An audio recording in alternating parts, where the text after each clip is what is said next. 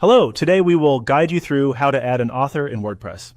To begin, make sure you are logged into your WordPress dashboard. This is the main control area where you manage your site's content, pages, and settings. Once you are on the dashboard, look over to the left-hand navigation menu. This menu is where you'll find most of the tools you need while working in WordPress. From there, click on Pages. This will open the list of pages currently available on your site. If you are trying to add an author to a specific page, this is where you can locate the page you want to update. Take a moment to identify the correct page before moving forward, especially if your site contains several pages with similar titles. Next, click Edit on the page you want to work with. This opens the WordPress editor where you can make changes to the page's content and settings. Inside the editor, you'll see various controls that let you add blocks and customize the layout or details of the page. Now go to the top left area of the editor and click the plus icon. This button is used to add a new block or element to the page.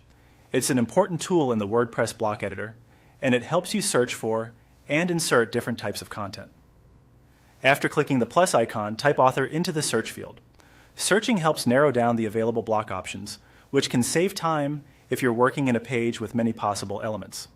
As you type, WordPress will show matching results. When you see the author option appear, click on it. This will insert the author-related block or field into the page so you can configure it. If you don't see it right away, make sure the search term is spelled correctly and check the list of matching options carefully. Finally, enter the author information into the field. In this example, you would enter a sample author name.